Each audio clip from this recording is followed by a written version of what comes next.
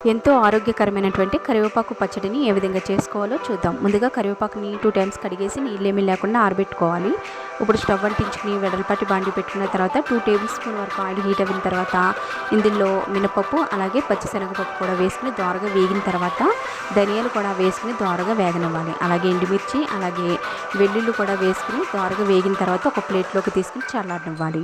ఇప్పుడు అదే బాండీలో కరివేపాకు కూడా వేసుకుని దోరగా వేగిన తర్వాత స్టవ్ ఆఫ్ చేసి ఇది కూడా చల్లారనివ్వాలి. ఇప్పుడు మిక్సీ జార్ తీసుకుని ఇందులో చల్లారినటువంటి కరివేపాకు అలాగే ముందుగా వేయించి పెట్టుకున్నటువంటి ఎండుమిర్చి మిశ్రమాన్ని కూడా ఇందులో వేసుకోవాలి. ఇందులో సాల్ట్ సరిపడినంత యాడ్ చేసుకోవాలి. జీలకర్ర కూడా 1/2 టేబుల్ స్పూన్ వరకు వేసుకోవాలి.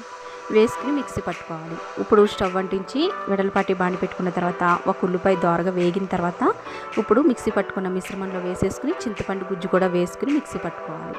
అంతేనండి. వేడివేడి అన్నంలో నెయ్యి కానీ లేదంటే